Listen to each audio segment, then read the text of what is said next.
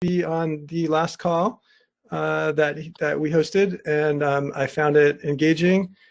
The coalition got Dr. Duffy's book for all our members, and I've been a social worker for a long time now, going closer to 27, 28 years, and I got this book, and I'm going to be honest with Dr. Duffy.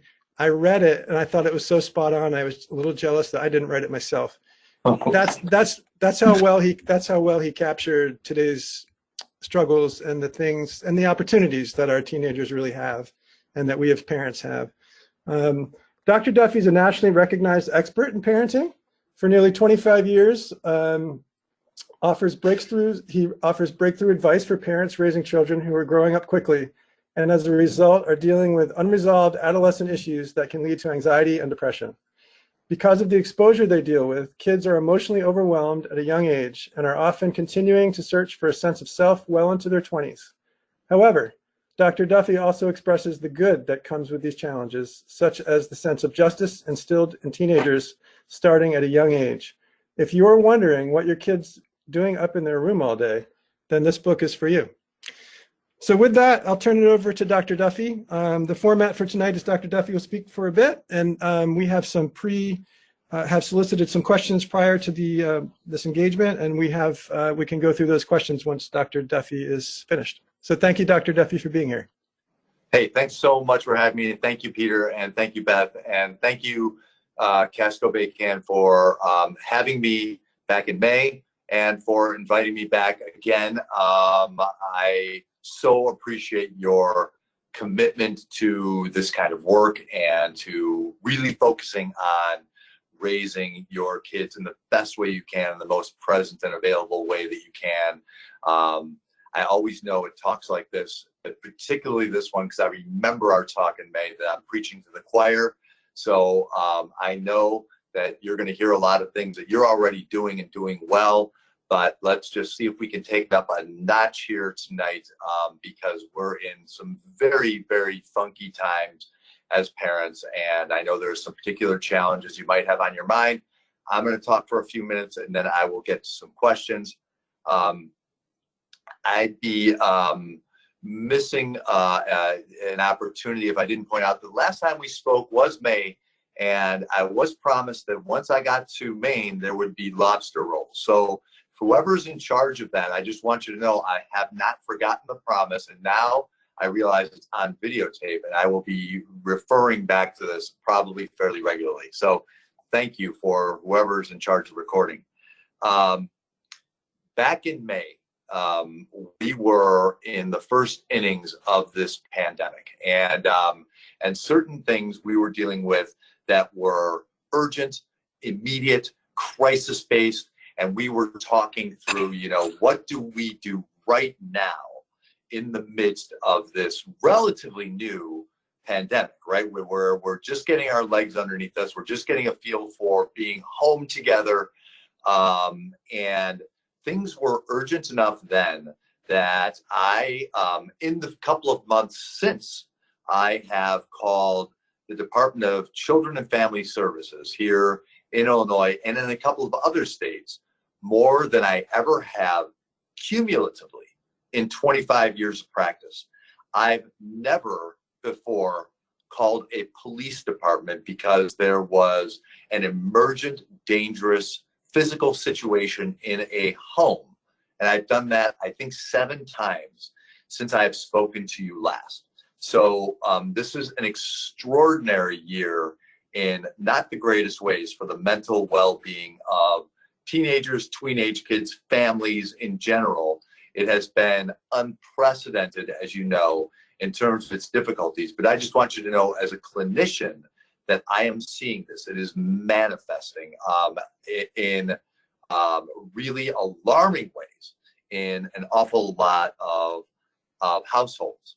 But things have changed because we're no longer in the first couple of innings, right? We are well into the game of the pandemic. We have been home now for 6 months, and what was super urgent and acute has become a chronic issue. So we now know that we are dealing with a long-term situation and a long-term traumatic situation where families are together a lot, this is not something we are built very well for. It's probably, other than arguably 9/11, the first time we've run into anything like this. But kids are quick to point out to me, yeah, but 9/11 was an event and then it was over and you had to deal with the aftermath. This is ongoing.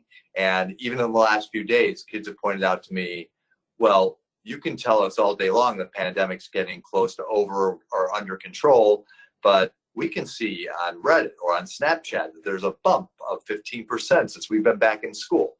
So there are things our kids are aware of that have them alarmed. So just to give you an idea of what's going on now, our kids are not moving. So just like before, they're not moving. They are sedentary.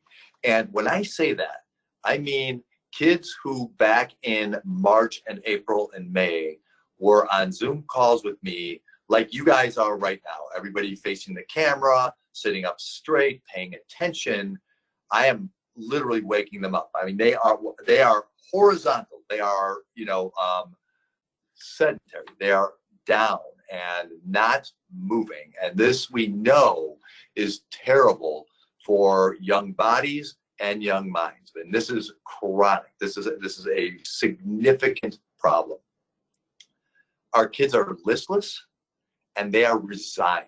A lot of them don't feel a lot of hope. So I'm going to give you a couple ideas in a moment about how to instill hope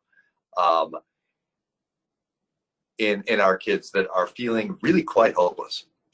The struggle I'm running into as much as anything is the movement from inertia to going and doing things.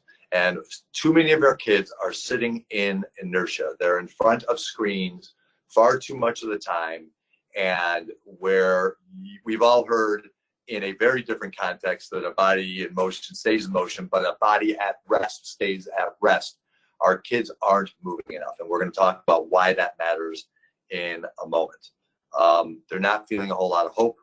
I'm seeing far more depression and anxiety. Kids are more symptomatic than they were 6 months ago, and those symptoms are lingering. I am used to doing brief therapy. So Peter, you're a social worker. We're used to doing therapy oftentimes in this cognitive behavioral method where we might see a child for 12 or 15, maybe 20 sessions. I've seen kids all the way through the pandemic, and I can tell that I'm going to continue to see them going forward and their families because there are so many difficult issues. And I promise you, I'm giving you the bad news up front. There's good news on the back end. There are tools that we can use. But the last thing I want to point out that's going wrong is I know something that is important to all of you. And I want to be really clear and not the least bit dismissive about it because it's a significant issue. Substance use and abuse is going up, and it's going up precipitously. And I will tell you that I was under a different impression. If we were talking a couple weeks ago, I think I would have thought, well, I think I've got good news for all of you when it comes to substance use and abuse. But I don't. I mean, this is something we have to address because it is escalating.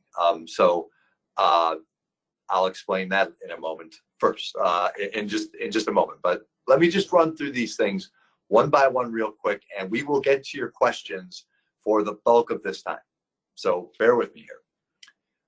People in my profession certainly prefer that our kids be in school, right? We like the idea of the structure. We like the idea of having 6 or 7 hours of the day occupied. We like the idea of extracurricular activities.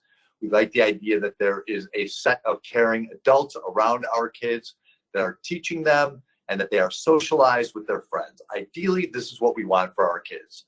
For the vast majority of our kids right now, this is not a possibility. It's not, for health reasons, recommended. So our kids are either in some kind of a blended school setting by and large, or if they're in school full time, they're separated from their friends, or they are just doing what we're doing right now. And they're working via a Zoom call, they are looking at screens, and this is the way they are learning, is virtually. So there are a few things that we need to do to facilitate this for them and make this workable for them while it's going on. The first is, it's really important to remember, and I don't recall whether I told you this at the front end the first time we spoke, but this is research that was done a couple of years ago and is really solid research. Anything more than about 2 hours of time spent in front of a screen in any 24-hour period is depressing, anxiety provoking, aggravating, attention problem. All these difficulties befall our kids if they're in front of screens, and befall us. We know what it's like to spend time hour after hour after hour, and how aggravating it is, the headaches we get when we are on Zoom calls. This is even more prominent for our kids. So we need to make sure that they take plenty of breaks from the screen. So I'm just going to give you some quick advice here, and then we'll get to your questions. And that's the main one. That's a big one anyway. The second one is, I need you guys to check in with your kids frequently, way more frequently than you normally would, to see if they're okay. Because I am finding that kids are, almost unbeknownst to themselves, overstressed, they're sad, and they're scared to death that they are falling behind either academically or socially. So we need to provide them the breadth to express these things to us without talking them out of it, which is what we tend to do a lot of the time. No, everything's fine, or it's going to be fine. Right now, our kids are struggling. Allow them the space to let you know that they're struggling, and then they know they can come to you and talk to you about it. So you need to put your own upset about their upset on the back burner pretty frequently, so that they know you are a go-to person. I hope that's pretty clear, but certainly in the Q&A, let me know if that's not, if you want me to clarify that.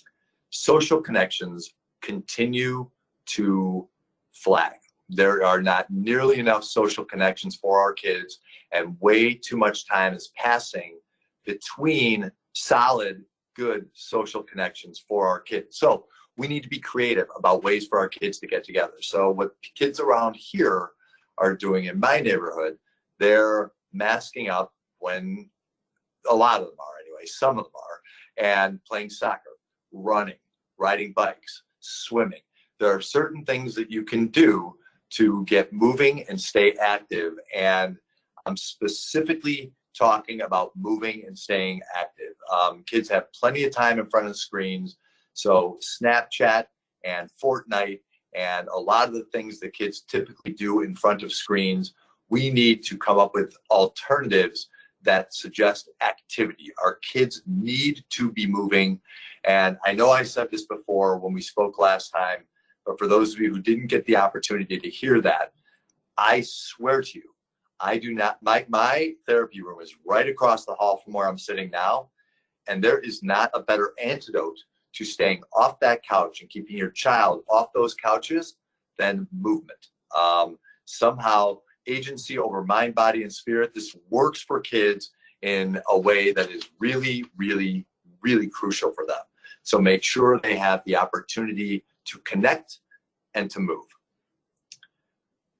The next thing I want to touch on briefly is hopelessness. So some of you probably recognize that some of your kids don't feel a lot of hope for the future, specifically the near future. So I've had countless kids tell me in the last several weeks, Dr. Duffy, my parents, my teachers, everybody told me last semester in March, April, and May that everything was going to be better come the end of the summer. Things were going to be normal, and they're not normal. And I don't know how they're going to be normal next semester. I don't know how they're going to be normal the semester after that, or 5 years from now. So I don't know if I'm going to have the opportunity to have the normal life and the normal childhood that you had. Kids really honestly feel this way about the pandemic and about a whole bunch of other social issues that we won't get into tonight just because we don't have, I don't think, the bandwidth or the time, but we all know what they are. Some of them are headlines right now today, right? They're political and they are racial and they are socioeconomic and they are profound and they affect our children. So there is this air of hopelessness. What I found works is to act as if. So I have a lot of families. I borrowed this from a family that I'm working with. They decided, well, we don't know what the time frame is, but we are going to act as if school's going to be back in session and normal soon. The play is going to happen this year. The track meets are going to happen. The bassoon is going to be played.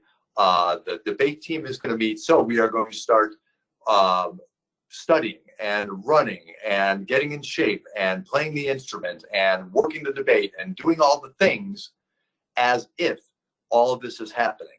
And we may have to move the timing goalposts of as if down the road as we go here. We've had to do that already. But kids are responding to this idea of, you know what, things are going to approximate normal. Maybe they're not going to get perfectly exactly back to where we were, but they're going to be close, and that's going to happen soon. So we are going to act as if, and that's going to get us going. That's going to get us active and moving and studying, and that gives us a reason to do all this stuff. Because right now, these hopeless kids, they're having trouble locking into a reason. And they oftentimes, I'm asked, like, Dr. Duffy, I want to engage in school. I want to hang in there for the full 75 minutes of the Zoom call that seems like it's going to lasting forever, and I can't focus on it, but I need a reason. Otherwise, I am going to tune out. Or I need a reason to run, or I need a reason to practice. Otherwise, I'm going to opt out. And I'm just going to sit here. And that's what an awful lot of kids are doing. And I think you guys know an awful lot of kids are just up in their rooms, sitting, Netflixing, chilling, Snapchatting, and not much else. Super unhealthy for them. And leading to some of the worst things and some of our worst fears, right? And some of the worst feelings we can imagine for them. So acting as if is no small thing. A few people have asked me, well, what about kids who weren't doing well before all this? Like, how are they doing now?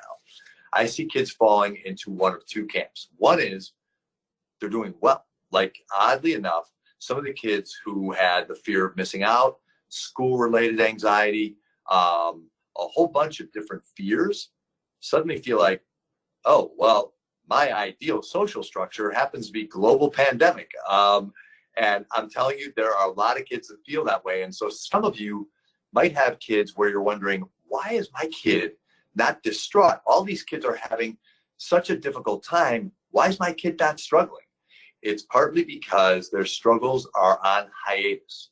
So it's important you let them know, hey, we're going to have to get back to life. This is not a permanent state of affairs. But most kids are having a very difficult time. They need the structure of the day. They need the caring adults around them.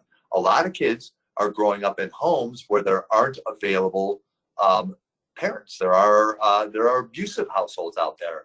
And the only place where they get that positive regard and support from adults around them is at school. Those social workers and coaches and teachers and deans and administrators. These are important to kids and provide that structure that they need to thrive. So to the extent that we can provide some of that at home, even if that means we're getting up at a regular time, we're doing our work at a regular time, we're exercising at a regular time, 5 days a week at the very least, that moves the ball forward very nicely. Okay, just a couple more thoughts, I promise you, and then we'll get to your questions. But I'm hopefully touching on a couple of those here. I know and I deeply appreciate that this group is aware of the drug and alcohol problem among our young people, and I want to address that for a minute. I thought, as of a few weeks ago, that we were on a positive trend, that when kids were isolated in their homes most of the time, that the degree of vaping and juuling and drinking and other drug use, the use of pills, prescription or otherwise, was going down. I was very, very wrong. And I've learned that from a number of young people in the last few weeks. And in fact, the sales of these vaping products, which I'm sure I mentioned last time, but I will mention again. I'm guessing 32 out of 32 people are going to nod with me on this. I loathe these products. They are stealth. They are cool. They are designed to get our kids hooked on nicotine, THC, and these tanks and these cartridges are filled with god-awful carcinogens that I could only imagine the damage that they're going to do to the cardiovascular systems of our young people. And yet they're silent and they don't smell. And so as parents, they are so very difficult to detect. And now our kids are drinking more as well. And there's a couple different reasons. One is boredom.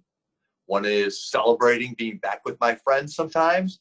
One is the hopelessness I'm describing. Like, I'm just going to kind of medicate myself away. So I'm going to encourage a whole lot of communication around this, like I did last time we spoke, but I'm going to add something here. Briefly, a lot of parents have said to me when I talk about this, my kid doesn't listen to me at all around any of these things, so I'm wasting my breath. What we're missing a lot of the time is the notion of the emotional bank account. So I want it, through this whole talk, I want you to think about this notion. Every single relationship that you have in your life, including your relationships with your children, has an emotional bank account. And when that bank account is in the black, things go pretty smoothly. When it's in the red, and you're just at war with your kid, for example, you're yelling and you're bitter and you're angry all the time, and you're not giving them anything positive to work with, nor the other way around, you know you're not being hurt. You know that no matter what parenting technique you pull out of the arsenal, it is not going to work. But if you're connected, if you're spending quality, positive time with your kid, if you sit down and you watch the show, you learn the video game, you listen to the music, you ask about what's going on in your class, that balance starts to rise. And in those moments, and it should only be moments, not the vast majority of the time, when you need your child to listen to you, they're more likely to listen to you the higher that balance is in the emotional bank account. And that means taking your own fear and your own judgment and your own ego and putting it aside for a moment. We'll get to that in just a second as well. So really attend to the emotional bank account, because if you want to make an impact on the drug use of your child and the potential drug use, and you want questions answered, what's going on in your class, you know, like are people vaping, are people juuling, what have you been doing, are you being safe, how can I talk you out of this, you know, all those questions, those come from a positive balance in the emotional bank account. Otherwise, you're either going to hear only what you want to hear, but not from a genuine, authentic place in your child, or you're not going to hear anything at all, which I think many of us have been in both of those positions. I want to touch on two more things. One is something we talked about last time. There isn't much these days that we have agency over and control over when it comes to parenting. But one thing we do have agency over is the vibe in our home. We can set the tone. So you might remember me saying, if you were here last time, that when your child walks through that door, it is crucial to consider what he or she is getting. What's it like in your house when they cross into the home? Is it warm and inviting? Is it damaging and harsh and loud? What do they get? Are they getting good stuff? Stuff that would make you happy, it would make you feel open, and would make you feel like you were in some kind of sanctuary? Or does it make you want to just head right up to your room? You know, because, hey, my mom's already accusing me of, you know, not turning in my math homework, right? Create a vibe in your home that works for you, and you're probably creating a vibe that works for your child. And if you're not sure, ask your child. Ask your child, and they'll tell you. The other thing we can control is the vibe our kids get from us. And this is huge, right? So my first book was not this one. It was a book I wrote about 10 years ago called The Available Parent. And all The Available Parent was about, all The Available Parent does is attend to their own fear and their own judgment and their own ego. So I'm going to ask you to privately engage in a brief exercise with me. I want you to think of an issue, maybe a conflict or a situation that you're dealing with one of your children. And just picture what that is. And instead of thinking about what they're doing wrong, what's frustrating you, I want you to really focus just for a second on your own fear. What are you afraid of here? What's your biggest worry? Are you afraid about the safety of your child? Are you afraid about something for yourself? Just give it a moment's thought. Now take a moment and think about judgment.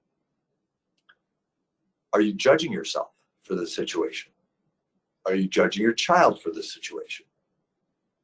Just think about it for a second. You don't have to change anything right now. And finally, I want you to consider your own ego and how it plays in this situation. Our egos play really potent roles in parenting, and we have to be aware of them. And I think the more I find that the more aware we are of our own fear, judgment, and ego, because we're afraid of a lot. It's a scary time to raise kids, so it's legitimate to be afraid. We do judge ourselves, and we do judge our kids. They could do a better job. I worked way harder than you do when I was your age. And our egos, hey, I wouldn't mind having the Princeton bumper sticker on the back of the car. Why don't you work a little harder? I want a good parental report card. All of that is fine and legitimate. But if we're aware of it, then we can modulate it. Sometimes. None of us is going to be perfect at that. But that is huge in creating the vibe in your home and the vibe between you and your child. One final thought, and then we'll get to your questions. I am still finding, after 6 months in a pandemic, that we parents are hard on ourselves. I worked with a mom yesterday who was super frustrated with herself because the house wasn't clean. She was not getting as much work done at her job, and she had been furloughed, and people are being laid off at her company, but she's still frustrated with herself. She should be doing more. And the kids were only really attentive to part of the Zoom calls, and then they were kind of flopping around. They were only getting part of their homework done and probably picking up half of the lessons that they're supposed to. Be easy on yourself. You're doing a great job in an unprecedented, very weird situation. Be easy on yourself. Last thought, be easy on your kids too. They've never been here before. We can't even guide them through this because we've never been here before. So if they're getting some work done, if they're paying attention to some of those Zoom calls, if they're in the lane and pretty close, if they're pretty active, they're doing a great job, and you need to give them that. So allow yourselves to be gentle, kind, and a little flattering to yourself and your child. And with that, Peter, whenever you're ready, I'm ready for whatever's next. You got it. So our first question, first of all, thank you for those who submitted questions. We have a lot of interesting questions, and hopefully we can get to many of them. First question is a simple one, and it kind of picks up on what you were just talking about, Dr. Duffy. It says, I often feel like other parents are doing a better job than me. Do you have suggestions for a single parent of a fourth grader? Yeah. Chances are, given that you are attending this session, you are a single parent of a fourth grader, you're already, just by virtue of that, you are mighty. You are doing amazing work. So, right, you're right, Peter. What I just said, I want you to rewind. I want you to come back to this tape, rewind, listen to that piece again, because you are undoubtedly doing a tremendous job.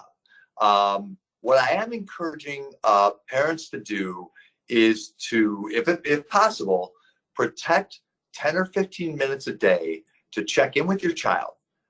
Quick check-in. How are you doing? How's school going? How are you feeling emotionally? And is there anything else you want me to know? And your child might give you nothing in any of those categories. I can imagine some people right now thinking, yeah, you're dreaming, man. None of that's going to happen. That's okay. It's not crucial that you're a fourth grader, my writer there. It comes to you and has answers to all of those. The important thing is that you ask, that you protect the time and you ask, because that tells them, oh, mom's available to me. So if I've got something on my mind, she's making it abundantly clear I can go to her. And that is the message you're trying to deliver.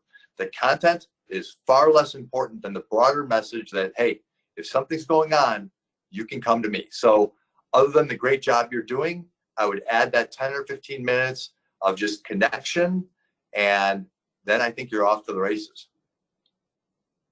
Thank you, Dr. Duffy. Clearly, some people who have submitted questions have read your book, which I really like. This next person has. It says, I love your book and shared it with a few friends. It's going to be my go-to book for my choice at a book group I'm part of.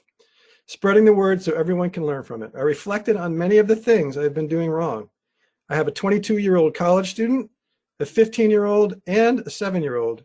So my hope is to use many of your ideas with my 15 and 7-year-old. I wish I had your book years ago! Exclamation point.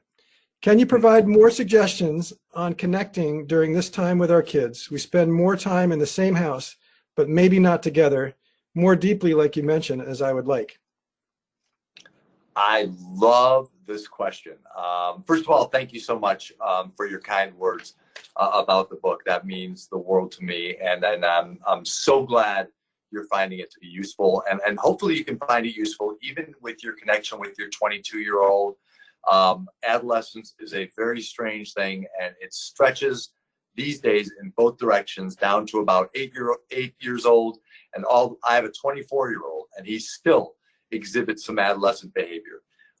In terms of spending time connecting with our kids, you are hitting a nail on the head that I have not touched on yet. So thank you for bringing this up. You can be with somebody in the same house, sitting at the same table, an awful lot of the time, and not connect with them in any discernible way. In fact, there can be visceral tension between you. And this happens all the time in households right now. I was saying earlier that, houses that start tense, at the beginning of the pandemic, those tensions left untouched tend to amplify and accelerate and get worse. And that is a worst case scenario. So if there is a way to slow down and connect, I strongly urge people to do that. So your question is, how do I do that, right? Part of that is recognizing that this is a very unusual time. You're with your kids way more than you're used to being with them, and with a lot of time every single day. And you don't want to ignore that opportunity to play. And that doesn't mean you have to get a board game out and play a game.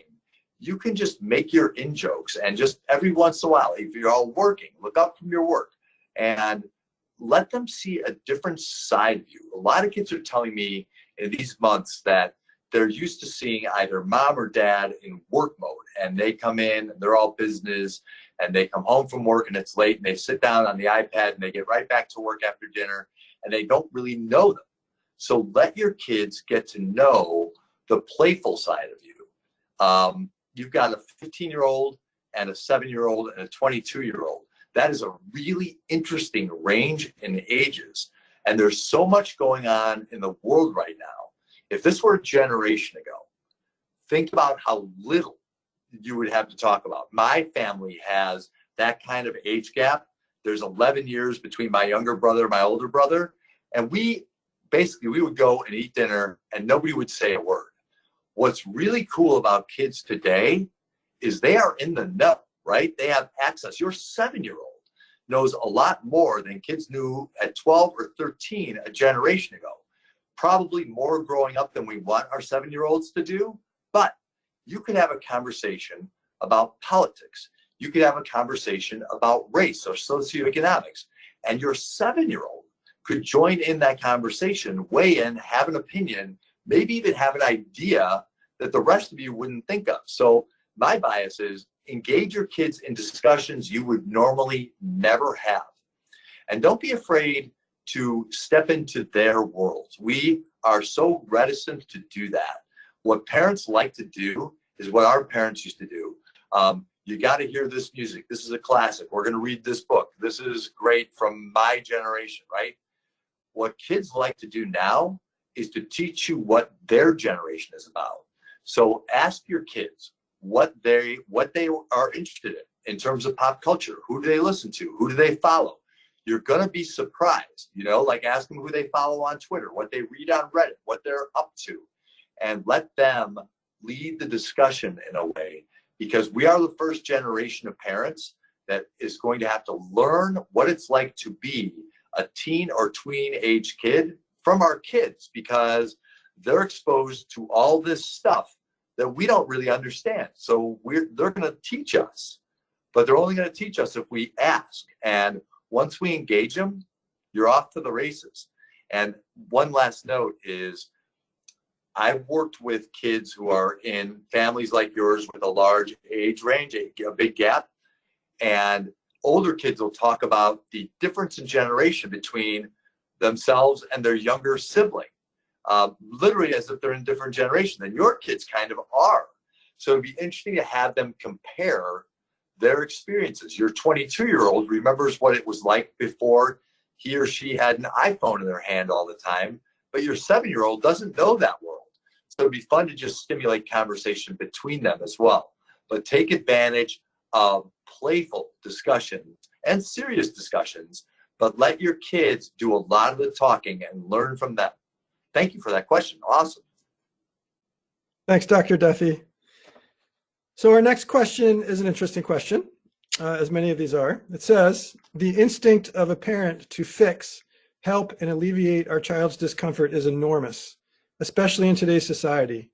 Allowing my child to be uncomfortable for even a bit often goes against my parenting grain, when in fact it is known that children generally learn and grow and develop resilience directly from those same struggles and challenges.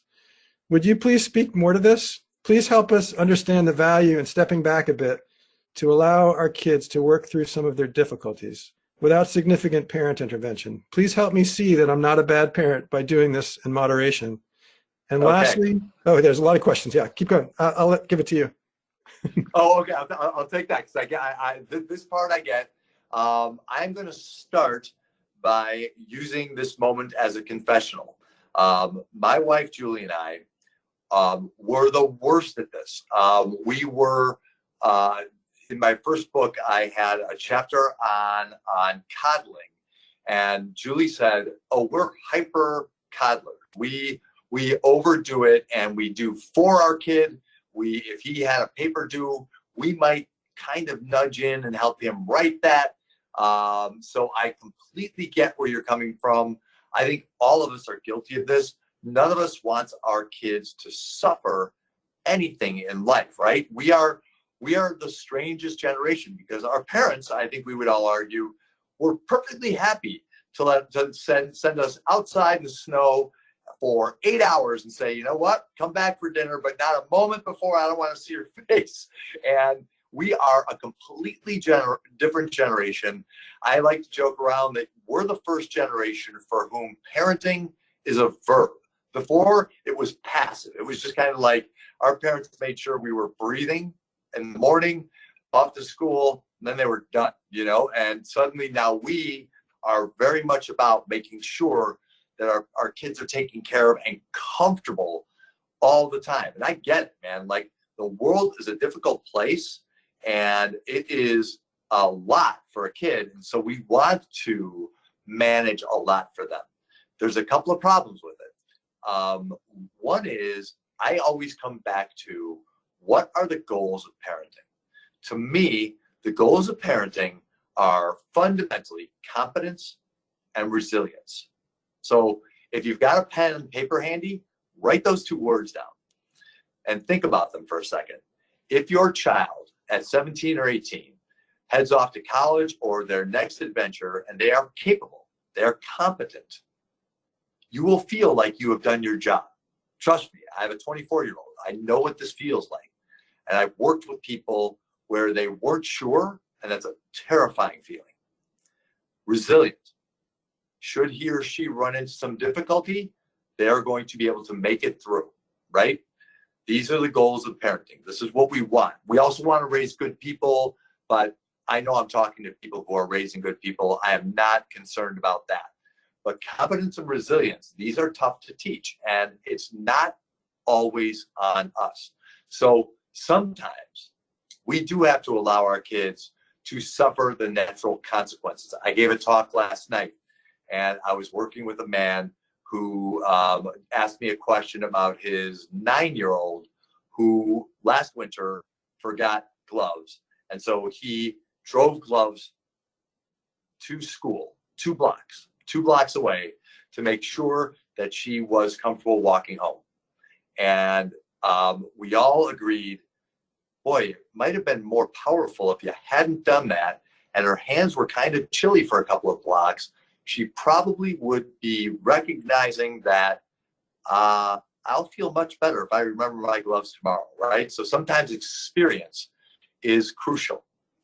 For those of us who are the bleeding heart parents who don't want our kids to suffer at all, and I am one of those parents, it is crucial to turn our kids over to people who are willing to challenge them. This is a mighty parenting task. And I'm going to tell you a brief story to support this. I could tell this about a number of client families, but I'm going to call myself out on this.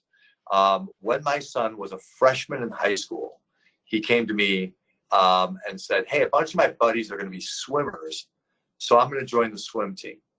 And I happen to know the swim coach. He's tough as nails, and he makes the kids get up at 5 a.m. in the pool, not a second later than 5:30 in the morning. They swim and they work out for an hour and a half. Then they come back and they do that after school for 3 hours. And then they do homework. And I remember thinking, oh, we Duffys, we're not cut out for that kind of strain. My inclination strongly was, no, that's not going to work out. And you're just going to fail at that. That's what I sincerely believed. I thought, we don't do that. We don't have the grit or the tenacity for that. So, and you're not going to be capable or resilient to any of that. You're just going to bag out and call it. Turns out I was wrong. And in the coaches meeting, the first day with the parents, he said, hey, trust me with your kid. It's not going to be easy. He's going to be crabby. He's probably going to get sick. He's probably going to have days where he doesn't want to get up. Make him get up. Get him to me. I'll take it from there. And my God, the kid swam for 4 years. He joined a water polo team. He got up early on his own every morning. By the time he had his driver's license, he did it on his own. And I'm not tooting my horn as a parent, as you can probably tell. I'm saying I happened to stumble upon the right coach for him. So sometimes the best work we can do as parents is step all the way away and trust that our kids can handle what we're not going to push them to do, and in almost any challenge, I find this in my therapy room. I am very reluctant these days to underestimate the potential and the power of any child that I work with, because learning from my son's swim coach, I put an expectation on a kid, and if my balance in the emotional bank account with that child is high enough, they are going to meet that challenge. Happens almost every single time. So trust your child to people who are willing to challenge them, and you will be able to say at the end of the day, he or she is competent, he or she is resilient. Great question. Thank you. And I hope I answered it. You did. Thank you, Dr. Duffy. You answered it very eloquently. So next question. What ideas do you have for adults looking to manage their own heightened fears and anxieties to be more fully emotionally present for our kids? And can we fully show these fears to our kids in a healthy way? Yeah. Okay. Great question.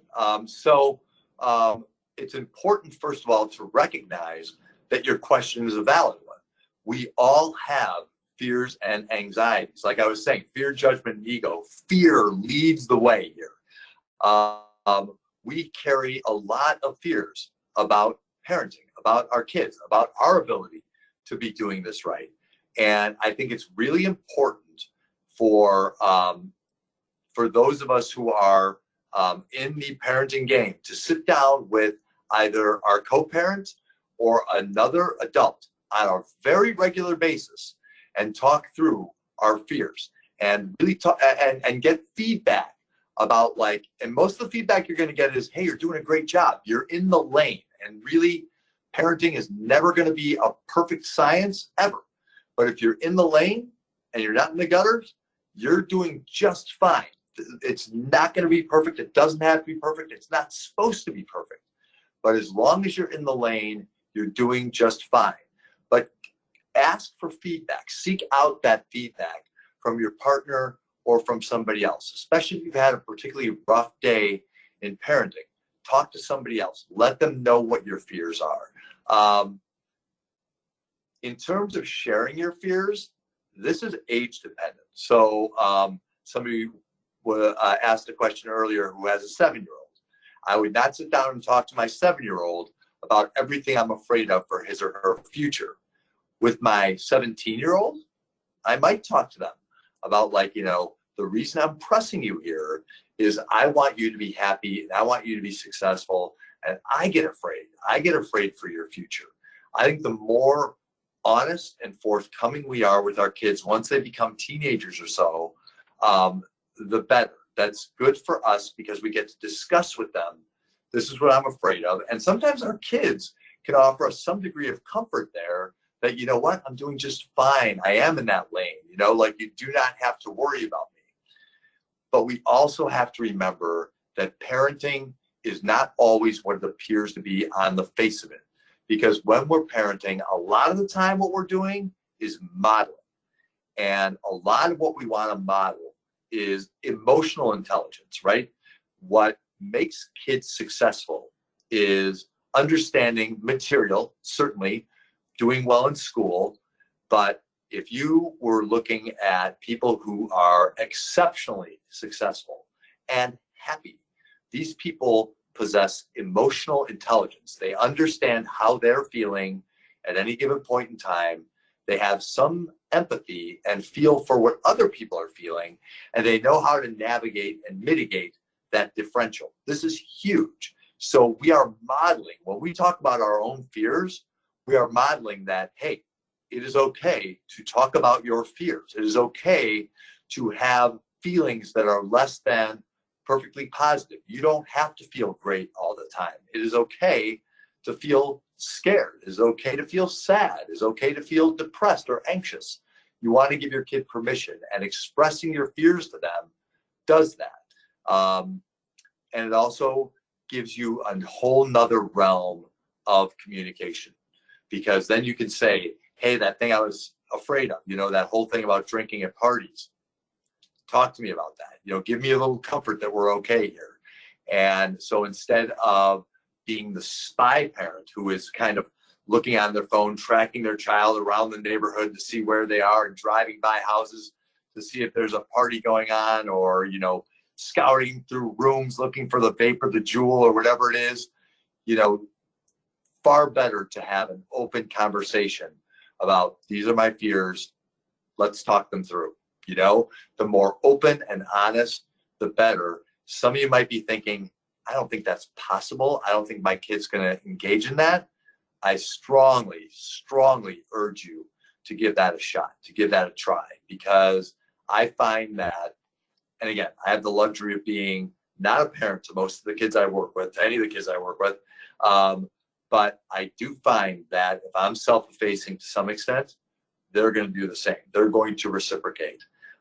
You are the gateway to their freedom, so you might run into a little reluctance, but I'm telling you, if that balance, the emotional bank account is up there, you're going to get somewhere for sure. Thank you for the question. Thanks, Dr. Duffy. This next question kind of rides on that. this is a long question. I'm going to summarize it. But this person took a trip with their daughter and her friend. And during the trip, it was discovered that the daughter was vaping. The parent confronted their child. It didn't go very well, and she said it was no big deal and that she isn't addicted. And then the parent confronted the other parent of their daughter's friend, and basically kind of got blown off and really didn't have an outlet with that parent. That parent didn't think it was a big deal either. She wanted to know, or this parent wants to know, if this comes up again, what's a better way for her to address this? Yeah, this is a really, especially when there's another child involved, this is a very, very, what seems simple, right? I caught you doing this thing you're not supposed to do, becomes very complex when there's another child, another set of parents involved. I think most of us can relate to some extent to this because we probably all caught our children doing something we don't want them doing. I'd be shocked if there was anybody listening who can say that never happened. And almost always our child's initial response is going to be, I'm not addicted, not a problem. You know, I'm carrying it for a friend. This is what I hear more than anything else from anybody else. To that parent, let me do the easier part first. The easier part is it actually involves the other child and the other parent. It's crucial to talk to the other parent. So if any of you are wondering, you know, my kid went to a party, another child happened to be drinking, do I give that child a pass and say, hey, don't put me in this position again?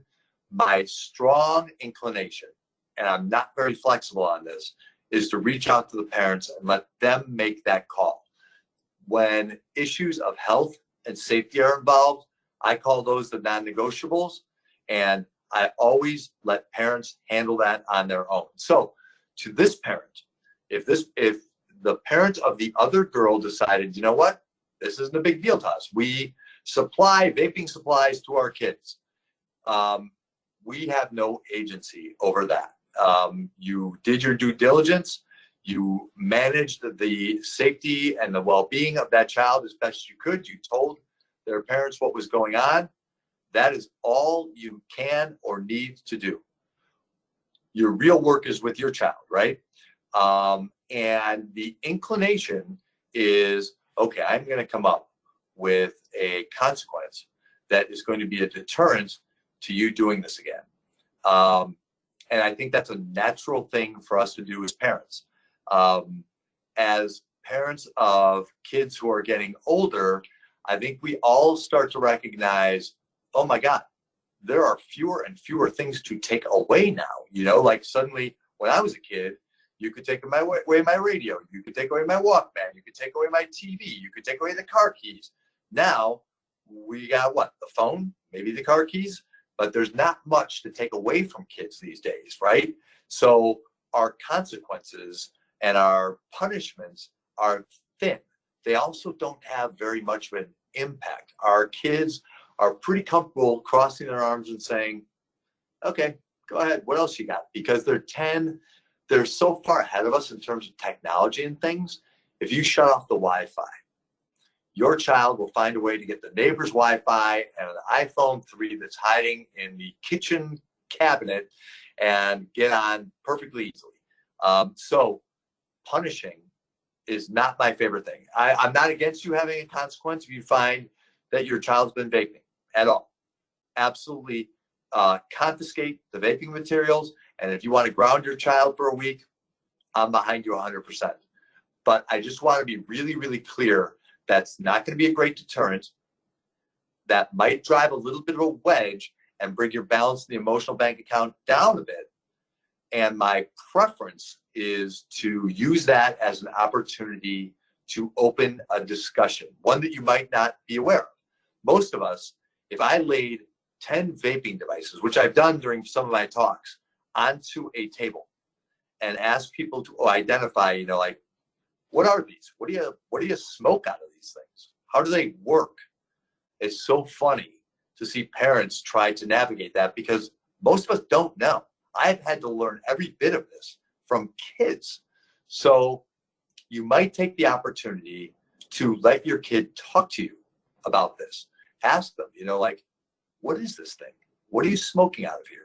And why? And what you really want to get down to is why. Because a lot of kids will say, like, a lot of kids don't want to use these things and really recognize, and they're afraid to, if they're really being honest. I hear this all the time, that like, but all my friends do it and I'll feel weird or left out if I don't do it. And if you can get your kid there to really being honest with you about the why, then you've got a discussion to have. Because what I get to say to kids all the time, because I hear this 2 or 3 times a week, I'll feel weird if I'm not vaping with everybody who's vaping. And my point is always, nobody cares. No, your friends aren't going to care, and you might sway some of them away from it. I have this strong bias against these devices, and I'm really overt with kids about this.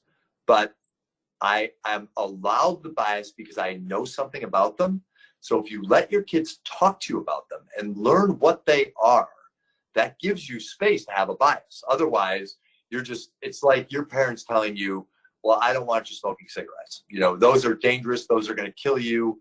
And think about, for those of you who smoked when you were 16, 17, 18, think about how ineffective those lectures were. Lectures didn't work on us then.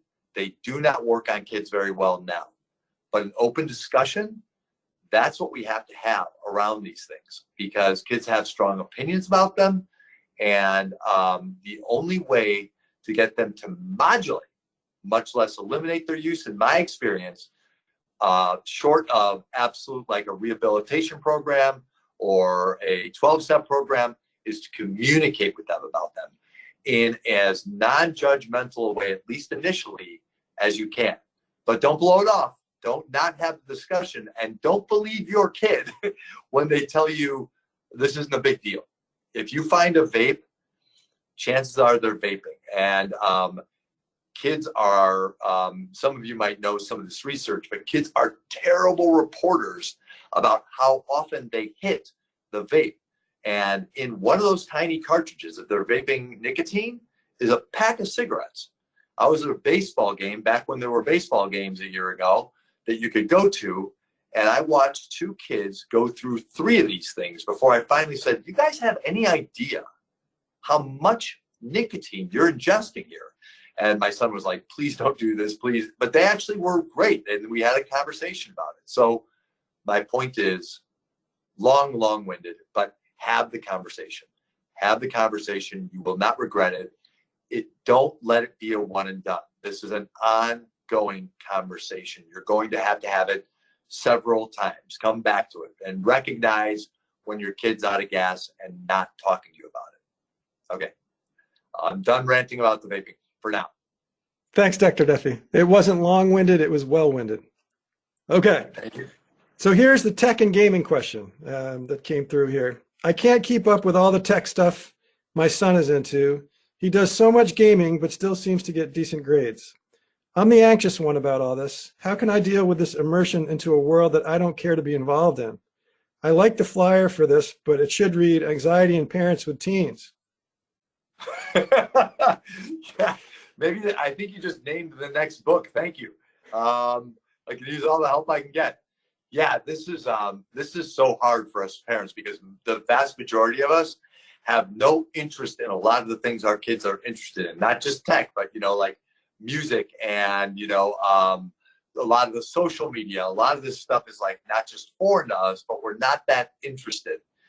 However, if you want to have some credibility when you talk to your kids about gaming, and I've done this, this is a worthwhile exercise.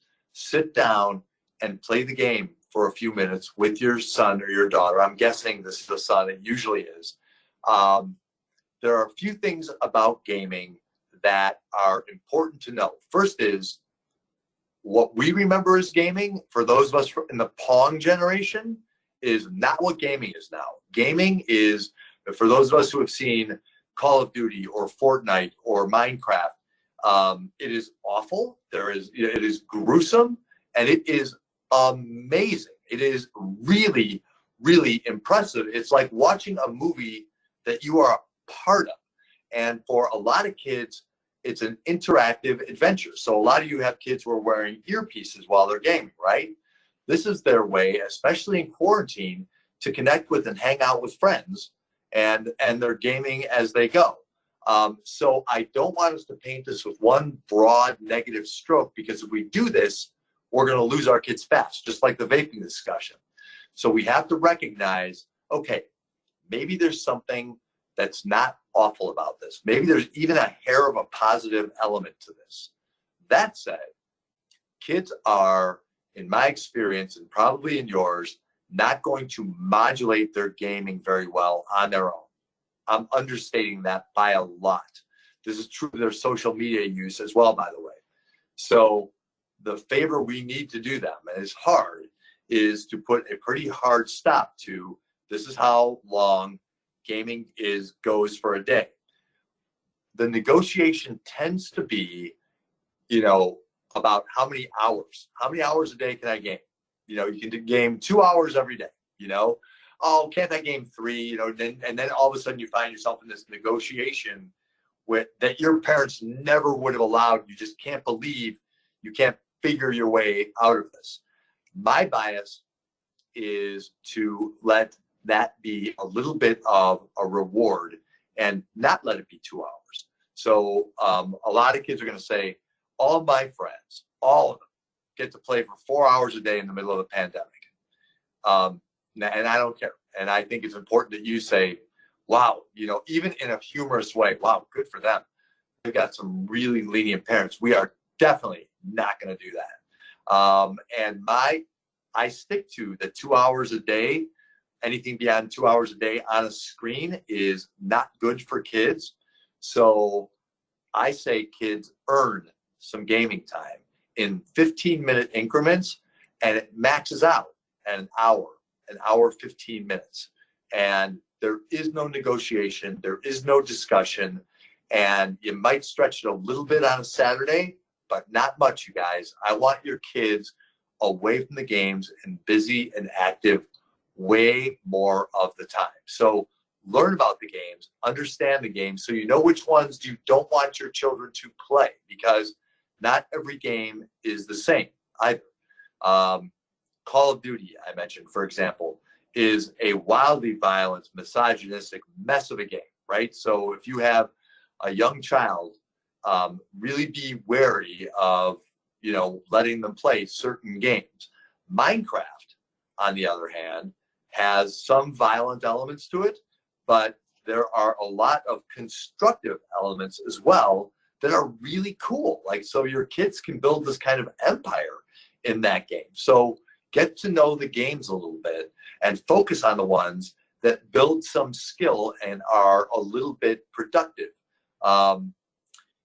There are also some learning tools that are kind of come across as games. So if you have very young kids, seek out through, I think it's called learninggames.com. There are some games that you can pick up that kind of trick your kids for that hour and 15 minutes that they're actually learning math or English. They have to read on the screen. There's all sorts of little skills, some basic engineering type things, so avail yourself of that if you have the opportunity. But by and large, you want to limit that, but you want to know it too. It's a world you want to know, because this is a part of the world that is important to your kids. I discourage you from cutting them out of it altogether, because this is part of the way that they connect with the people that they love. Thanks, Dr. Duffy.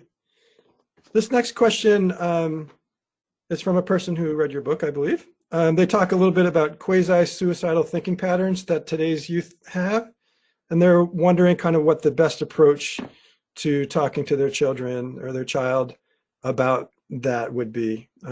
Maybe just a little bit more, you could provide some more details about what that means, that quasi-suicidal thinking that a lot of today's youth seem to be wrestling with.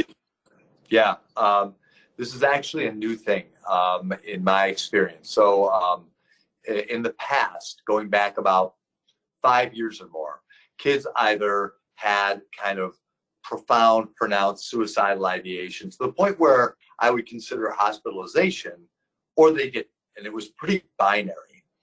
Now, an awful lot of kids fall in this middle space, and quasi-suicidal is a great way to put it. That's actually the new clinical term. The way I look at it is this kind of passive suicidality. It kind of connects up with the hopelessness I was talking about earlier, where kids will come into my office and they'll say, I'm not going to do anything to take my own life. I have no interest in doing that. But if a bus hit me walking out of the building, that would be okay with me. So that's what I look at as quasi-suicidal behavior, is this lack of value in what they bring to the table. So the way to manage that, first of all, is to check in with your kid about safety frequently, because quasi-suicidal thinking can lead to suicidal thinking in a very stealth way. So if your child says, like, I just don't want to be here, even if they don't have a method in mind or a plan in mind, check in with that child and make sure that child is seeing a therapist, right? Absolutely, because this is one of those things where you want to turn your child over to a professional who really knows how to handle these things. The other things you want to do is you want to show that child his or her worth.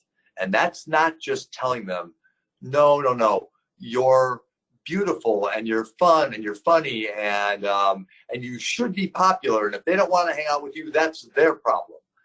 That effectively is telling your child, this suicidal thinking, this quasi-suicidal thinking that you're exhibiting, I can't handle that.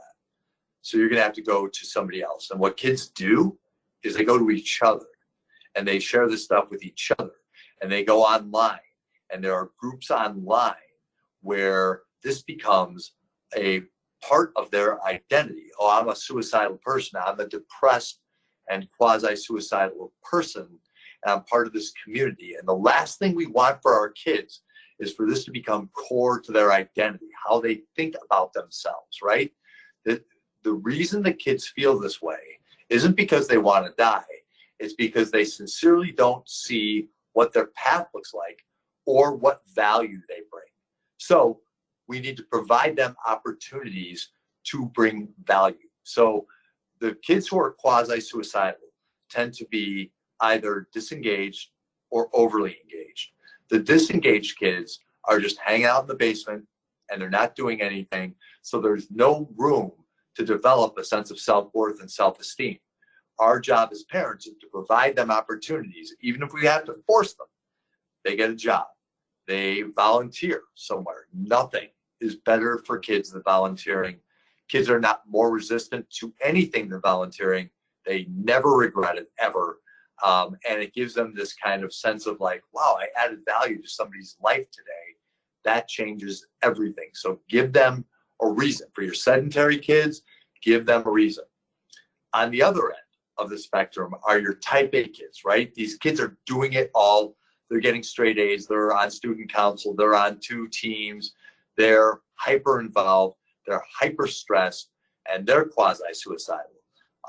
What we need to do for them is let them know that in order to be valuable, you do not have to be perfect. You can be flawed, and you point out your own flaws. And I encourage kids who have this perfectionism in them.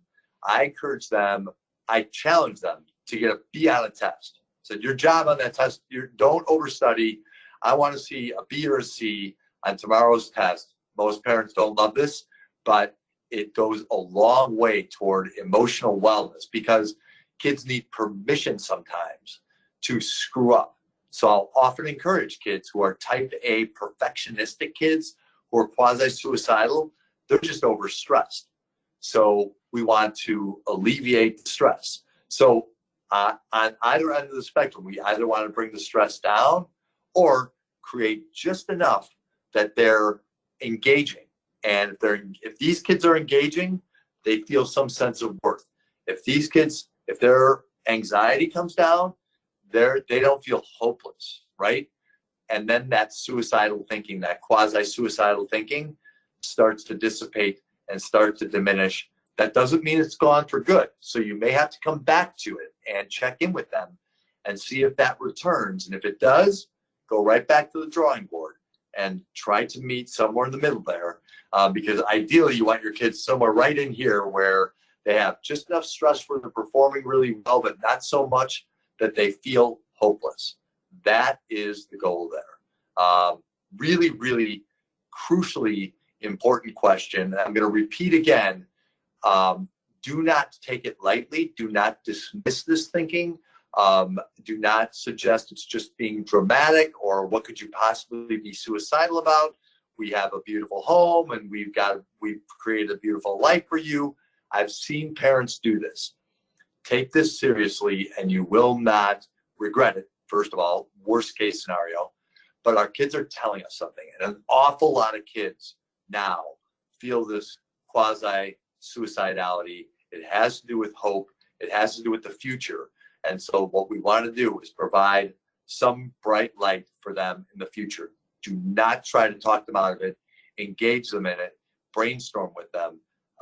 Down here, if your child's down here in the low energy range, you're going to have to lend your energy to them to get them moving. Up here, you're going to have to lend your energy to get them to ease off the gas a little bit, enough to feel like they can breathe. Because none of these kids want to die. What they want is to feel differently. So our job is to provide them the opportunity to feel differently. Excellent question, really important question, and something I am seeing more of with each passing day, especially in the midst of a pandemic. So thank you for that. Thank you for your clear answer. So the next question, we've got about 15 minutes left. So thanks for hanging in with us, guys. And I hope you're enjoying this as much as I am. And thank you, Dr. Duffy. Maybe if we get to the end and we still have a little extra time, we can take some live questions, but we still have a few more here written. This one is, what suggestions do you have for parents who have a child who is not a talker and does not share what's going on with them? How can parents listen better when their child is resistant to sharing? I think most parents who hear this will find that this resonates with them. Kids are such not talkers these days. I work with so many frustrated parents who will show me the text threads with their kids and how little they get from them, or literally tape on their voice memos on their phone, the discussions they have with their kids. Like, they're giving me nothing. I'm doing all the talking. They don't say a word, or they give me one or two words. And parents tend to blame themselves and feel like I'm doing something wrong here, because I know that some kids are, chatterboxes and blabbermouths, and some of them are. Some kids come into my office when my office is open and I'm not taking Zoom calls, sit down and start telling me their story. That's 1 in 100 kids. The vast majority, I'm asking open-ended questions, and I'm getting a lot of like, yeah, pretty good. We don't need our kids to be super verbose in order to be really good parents. This is an interesting time to be a kid, because think about how kids communicate these days. Ask your kids to see a text thread with one of their friends. The one I saw most recently was about 3 hours ago. I was talking to a college kid about how he communicates with some of his friends down the hall.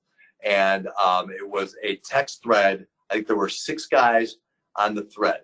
And every single text was 1 word long. Games? Yeah. When? 10? Nah. Class.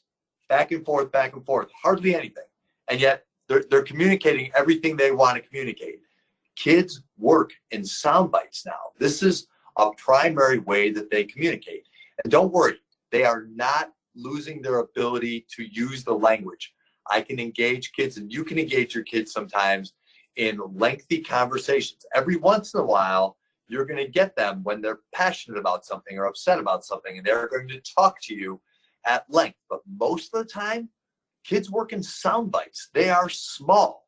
So I worked with a mom about a year ago, and she was upset because she had 3 kids, all teenagers, and she set up a 1-hour family meeting every Sunday night. And she found it was an enormous failure, and her kids hated it, and they wouldn't engage. And that's why she came to me. She's like, I set up this meeting, my kids hate me, they won't even engage in the meeting. And my honest reaction was, you tried to set up an hour family meeting with 3 teenagers? That's madness. Like, you will never make that work. If you said it was a 5-minute meeting, you got a shot, right? So recognize that what we're going to get with our kids are bits and pieces of even really important talks, bits and pieces. The sitting down and having the long sex talk is not going to happen. We're going to have a short introductory talk, and we're going to have another one, and then another one later. The way I did this with my son is we used the pause button. So we would talk, the initial talk was 10 minutes long on the long end. And then every once in a while, I would pause the TV and I'd say, so what do you think's going on with Ross and Rachel right now? So you're going to get sound bites, take advantage of the sound bites, but don't expect more than that, and the days of asking your kids, so how was your day? Fine. And then being frustrated with them, please don't do that to yourself. Do not do that to yourself. If you have a specific question, how did the math test go? Hey, your friend Mallory was having a hard time. How is she doing? If you ask specific questions, you'll get some specific answers. But by and large, trust that your kids are telling you everything you need to know. And all you really need to do as a parent is let them know that you're available. I named my first book really, really deliberately The Available Parent. The reason being, we don't need to be talking to our kids all the time. They're not going to talk to us the vast majority of the time. We're not going to be with them the vast majority of the time. Once this pandemic is over and things go back to normal, think about how little time in the course of a day you spend with your kids. You exchange very few words. That's okay, as long as they know that you're there, you're available to them. That's the key. The key to any exchange is letting them know you can come to me and you can talk to me about this. And then on occasion, if you have something important that you want to get across, then you can sit them down, because your balancing emotional bank account is already high, and you get your 10 minutes or your 15 minutes. But don't take advantage of that too often. Most of the time, you're going to get sound bites. The only time you're going to get anything much more than that on a regular basis might be in the car. And if you get that in the car, take advantage of it for all it's worth. But the sound bites are fine, and they are not a comment on your report card as a parent. You're doing perfectly fine if you're working in sound bites. So trust that you're doing perfectly fine, even though you're not getting a dissertation back from your kids. That is a very, very, very rare thing, especially for boys, but also for girls. Thanks for that reassuring answer. So as your moderator here, I'm going to combine 2 questions for you. These folks are worried that their child is hard on themselves, and another person's worried that their child doesn't see their own awesomeness. So what they're really wanting to know, it seems like, is how can they not take everything so seriously, and how can they be proud of themselves, in the context of all the pressures that kids put on themselves. Yeah.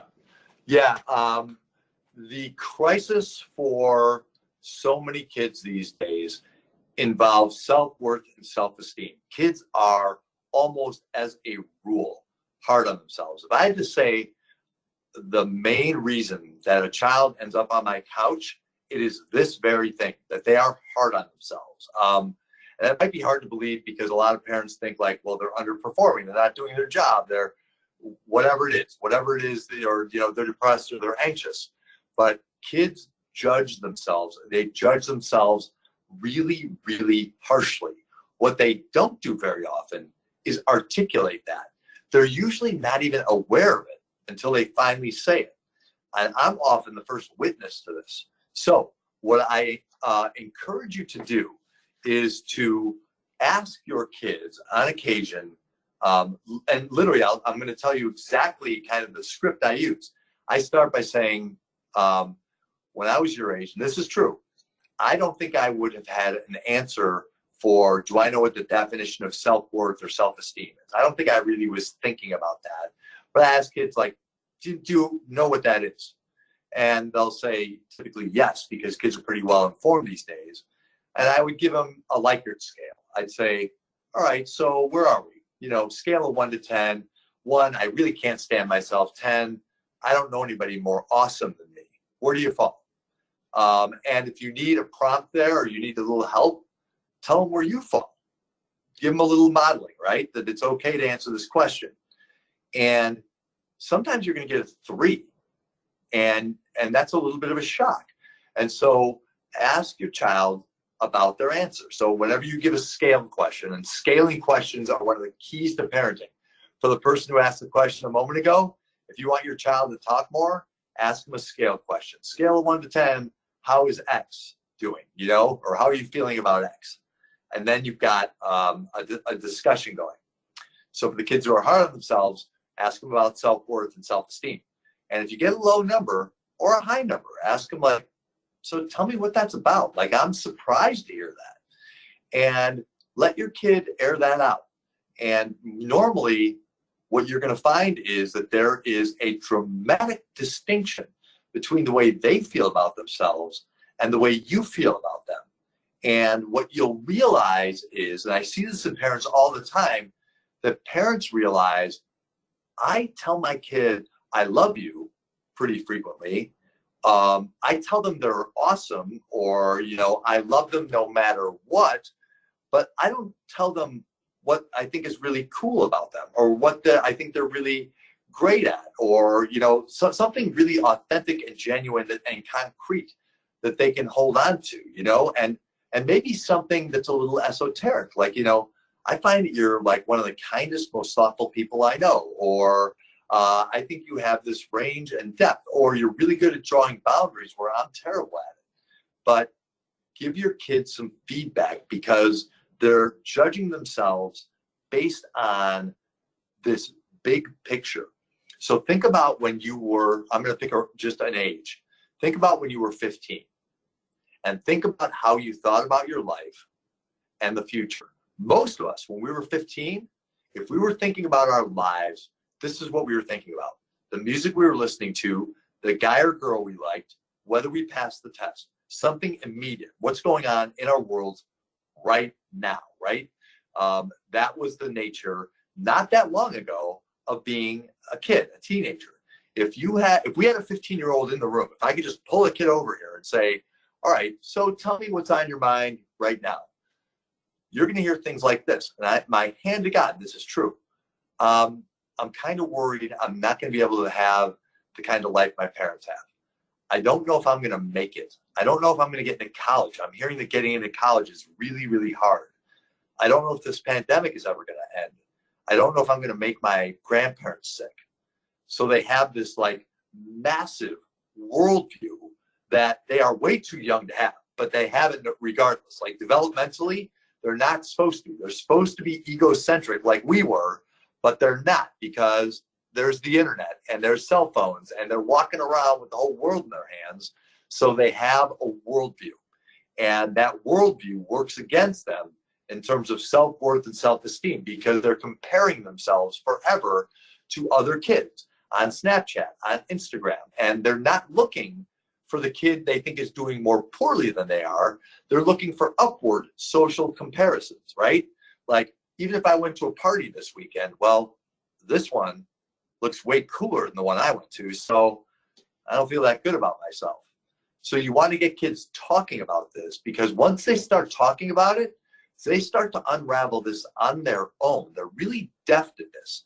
All you need to do is get the discussion going, and the wheels start turning in their minds, and self-worth starts to build. And that, you know, idea of being hard on yourself starts to dissipate a little bit, and self-awareness starts to grow. And and you want to provide those opportunities. What you don't want to do is be disingenuous and press them and tell them, no, no, no, you're awesome. And I don't know why you would think anything different, because that effectively cuts you out of the picture and says, I don't get it.